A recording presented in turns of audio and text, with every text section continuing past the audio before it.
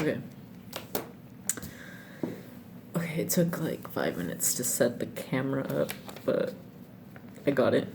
So, anyways, welcome back, everyone, or whoever's watching, to Double M. Let's just like jump right into it. So basically today I'm just gonna be reviewing and analyzing this article that my instructor had put on for the students to review, or he put a list, but basically I picked this one article just because I thought it was interesting. I guess it had like quite a few things to say about diversity. So the title of the article is called Addressing Diversity on College Campuses, Changing Expectations and Practices in Instructional Leadership. And it's written by Angela Chen. And yeah. Okay, so I'll be discussing the purpose of the article, the arguments presented, what research was conducted, and if so, how was it conducted and who did it include. And then I'll also discuss how the articles contributes to my understanding on diversity and multiculturalism. So basically I'll just be branching off of what the previous video is, but I'll actually be discussing what's on this article. So the principles of what I discussed before putting it into this article. Okay, so she wrote this this article, and I thought it was pretty interesting. I guess what her thoughts on diversity on college campuses was. So to answer the first one, the purpose of the article, in my opinion, was just to draw awareness on the need for spreading diversity on college campuses. So whether it increasing the minority student body, I'll be going into that, or she even goes into talking about the faculty on college campuses. So it was a well-structured essay, in my opinion. I've seen many essays. I like this one because, in particularly, like the structure was really nice. She splits it into 5 sections. So she splits it into the introduction, and then she goes into talking about issues of diversity in higher education institutions, and then she moves on to talk about effective practices in instructional leadership. So basically what practices have, I guess, boosted those issues on diversity. And then she goes on to give some recommendations for future practices, which I thought was, I guess, really nice. And then lastly, she just concludes and wraps up all of whatever she was talking about in her essay.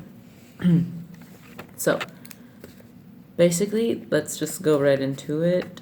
In the introduction, she gives a recap on the need for more diversity, and she refers to diversity as, I guess, a transformative tool that contributes to the betterment of society. So they use diversity as a platform in order to make society better. In other words, she also mentions this brief part where that the U.S. population is becoming more diverse, which it is demographically. So that naturally means that the increase in diversity on college campuses is going to increase. So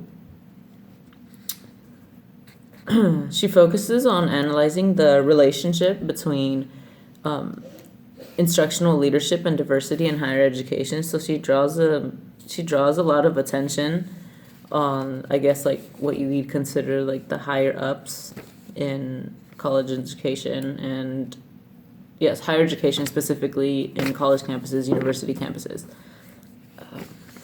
All right, so going into her next point, she the arguments that she presents, she starts to present it in her second section, which is titled Issues of Diversity in Higher Education Institutions.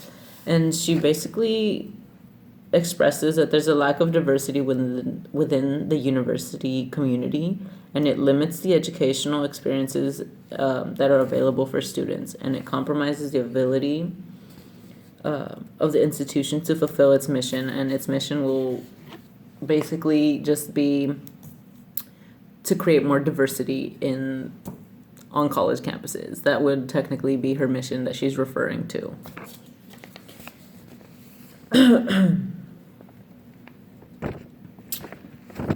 One part that I'd like to mention is on this section number 2. She brings up how there's always this discussion on policies, whether we should or either we should or should have been implementing in order to diversify and give equal opportunity to everyone, well, specifically equal opportunity to minorities, because that's what the essay is about for the most part. So let's go here. She brings up some policies. Specifically, she refers back to some policies back in like 2000, 2003, and then it went all the way up to the Supreme Court, and she goes into depth by bringing in hold on, I just like mumbled the words right now. She brings up the university admissions and how race plays a role in that.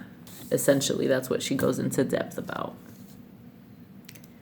Okay, so another issue that she goes over are the efforts to increase diversity. And it's too focused on increasing the student body, I guess. So it's too focused on increasing the student's body without considering the faculty. So she basically tries to get the point across that of course, increasing the student body's diversity is going to benefit the school system, but that's not the entire thing she's trying to focus on. She's also drawing and shedding light into how increasing the diversity in faculty is really relevant in this discussion. And so, with shedding light into to increasing the faculty diversity, this basically is the topic essentially that leads the way for the rest of the paper. So, I guess that's what we'll just go into. Let's see.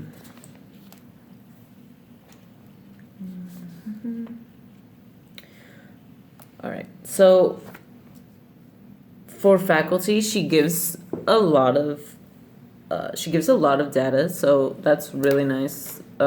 Which I would be answering if there was research conducted or if there was like data to back this up. She does have like her works cited here, so she has some pretty reliable sources. I don't know why. Anyways. So she gives an ample amount of sources and references. So, for example, when she's discussing the topic on increasing faculty of color, she throws in the statistic, and I'll read it right here.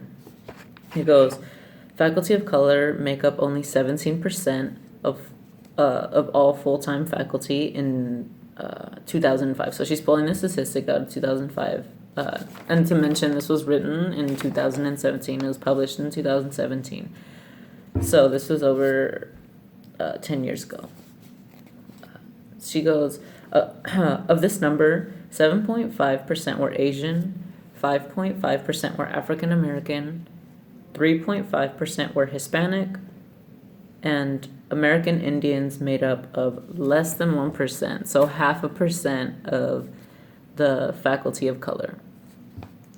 And then she continues with by saying, furthermore, an examination of full professor ranked showed that people of color comprised only 12% of the nation's college faculty. So that's just a small percentage of just the faculty of color. And then she even dives a little bit further, just a few sentences further, and she talks about gender. So if it wasn't just about race, it'd be about gender. She goes, in gender, the percentage is even lower since higher education faculty remain dominated by a male majority. And so to back that up, she throws in another statistic, and it goes, according to 2008 data, only a small percentage of higher education faculty were females of color. Specifically, 1% of female faculty were Asian, 1% were Black, less than 1% were Hispanic, and 0.1% were American Indian. So that just shows you how, with these couple of statistics, this just shows how there already is a small number of colored faculty, and it's not necessarily really diverse according to these statistics. And it's even smaller when it comes to gender. It's typically dominated by males. So I think that was just really eye-opening. And then when she moves on from the statistic, she makes a claim that by obtaining a diverse faculty, it ensures new ideas and approaches in teaching and enhances the educational experience, which I have to agree on. I mean, if you have more diversity, you have new ideas and different approaches. Everyone's going to see everything differently. They're brought up differently, and then they have something different to offer and bring to the table. So I think that was, I'd have to agree with her on this section. Okay, so moving on, she goes on to the third section. So remember, there were 5, so she split this essay up into 5 sections. So the third section, let's see, effective practices in instructional leadership.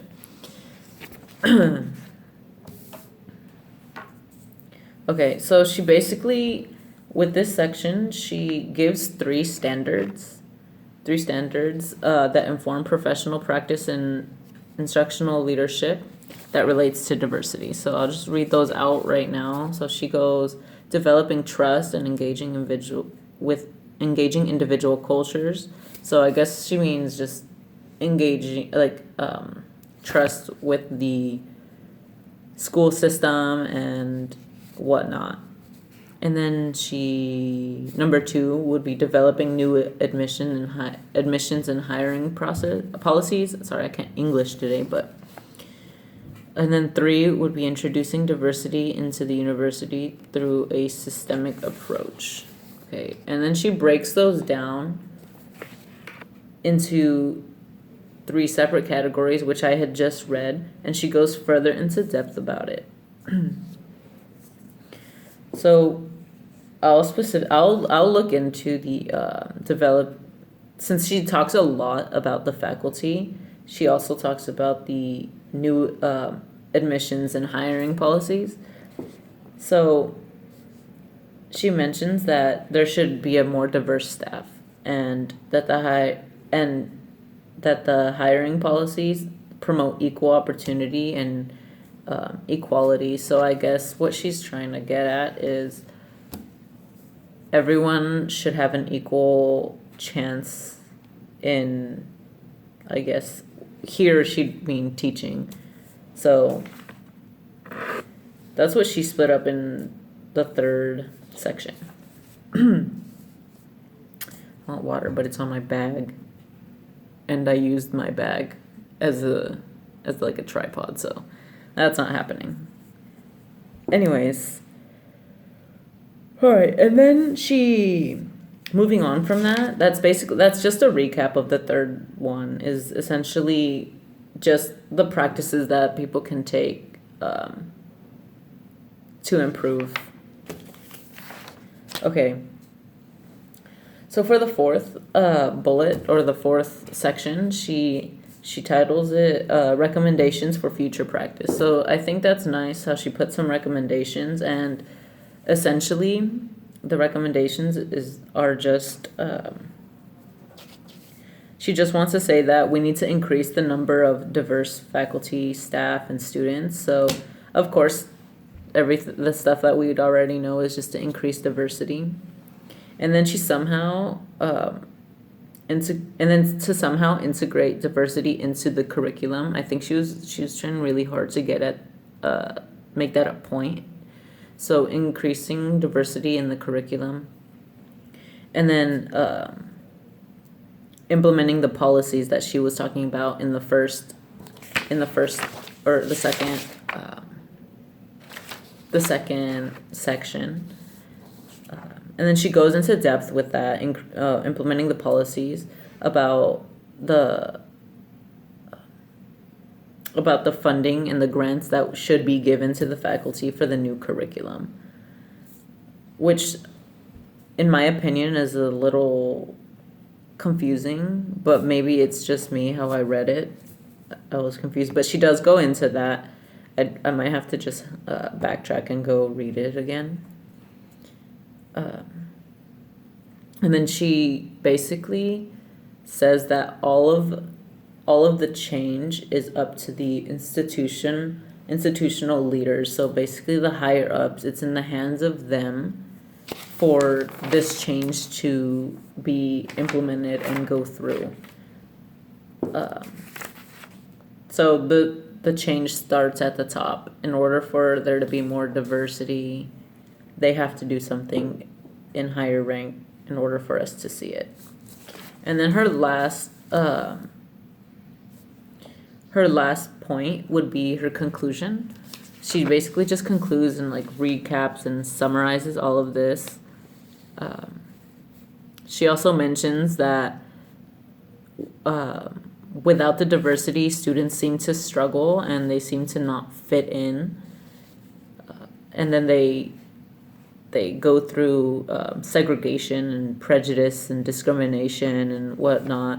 And so she urges that the college and university leaders address the problems. And so essentially that's what she leaves off with, and she leaves off in hopes of the more opportunities for the underrepresented minorities, and in hopes that the students can reach their full potential. So that's basically what she goes into. So this article contributes to the understanding of diversity and multiculturalism because, like I said in the other video, diversity is, well, I mean, I don't have the definition of diversity right now, but multiculturalism is just essentially getting a bunch of different people from different cultures and putting them all together in one place, and it relates to it because it talks about increasing the diversity, and if you increase the diversity, that means having different cultures come together, and then you learn a little bit about every different thing. And it just creates an environment, she's trying to say, that is more welcoming and people can relate to, and it brings more to the table and offers open minds for people, and then for employers, since this nation is becoming more diverse and having different people from different backgrounds coming into it, it's just better to have a better insight in that. And so she definitely goes into that. And one thing I think I forgot to mention was when she's talking about the faculty, I just forgot right now. Hold on, I'll think about it. Okay. Oh yeah, she talks about not just the curriculum that they need to change, but oh my god, I keep forgetting. Okay, hold on, I keep forgetting. Okay, I had to pause that for a second because I had to look back at my notes. Oof. I had to look back at my notes. So she essentially says that there needs to be more training with the faculty in they need to undergo more training that's necessary, especially for white educators, as she puts it, I'll quote, who have limited knowledge and awareness of diversity, which could be contradicting because as,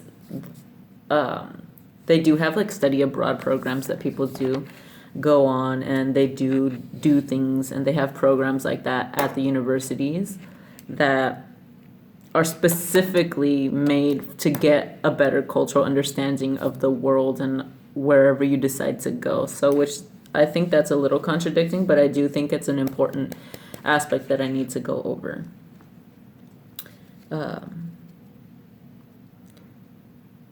And that's essentially all. I mean, she goes into more kind of just talking about the college universities to have more advanced diversity and whatnot. So that's basically the article that I went over, and that's my take on it and what it relates to diversity and multiculturalism. That it just brings more to the table, and you have a more variety, especially since the workplace. You're gonna be seeing a lot more different faces, different colors, ethnicities, cultures, and backgrounds. And I think her message is just she just wants people to be prepared for that, which is not necessarily an issue. It's just that's just what it is, and she's just shedding light on it. So that's basically all that I'm going over. So I'll see you guys on the next one.